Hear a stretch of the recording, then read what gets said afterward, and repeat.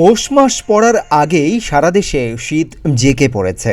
উত্তর জনপদ কাঁপছে কনকনে ঠান্ডায়। এর মধ্যে পঞ্চগড়, রাজশাহী ও চুয়াডাঙ্গা জেলার উপর দিয়ে মৃদু শৈত্যপ্রবাহ বয়ে যাচ্ছে। পঞ্চগড়ে তাপমাত্রা নেমে এসেছে ৮ ডিগ্রির ঘরে, যা মৌসুমের সর্বনিম্ন তাপমাত্রা। আগামী সপ্তাহে শৈত্যপ্রবাহ আরও বাড়তে পারে।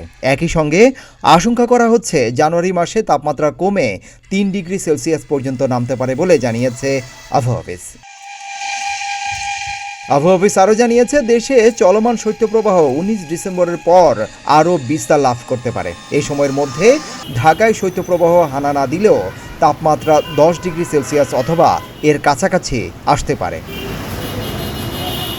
জানা গেছে, গত বছরের মতো এবারও ঘন কুয়াশার প্রবণতা থাকতে পারে। পাশাপাশি শীতের পরিমাণ বেশি থাকতে পারে।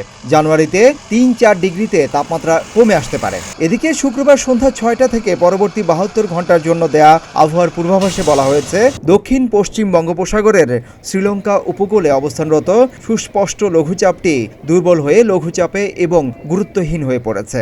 মৌসুমের স্বাভাবিক লঘুচাপ দক্ষিণ বঙ্গোপসাগরে অবস্থান করছে। এর বর্ধিতাংশ উত্তর বঙ্গোপসাগর পর্যন্ত বিস্তৃত রয়েছে।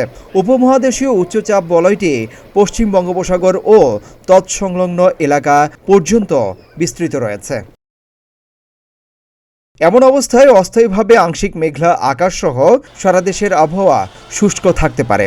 এছাড়া পঞ্চগড়, রাজশাহী ও চুয়াডাঙ্গা জেলাসমূহের উপর দিয়ে যে মৃদু শৈত্যপ্রবাহ বয়ে যাচ্ছে সেটি অব্যাহত থাকতে পারে।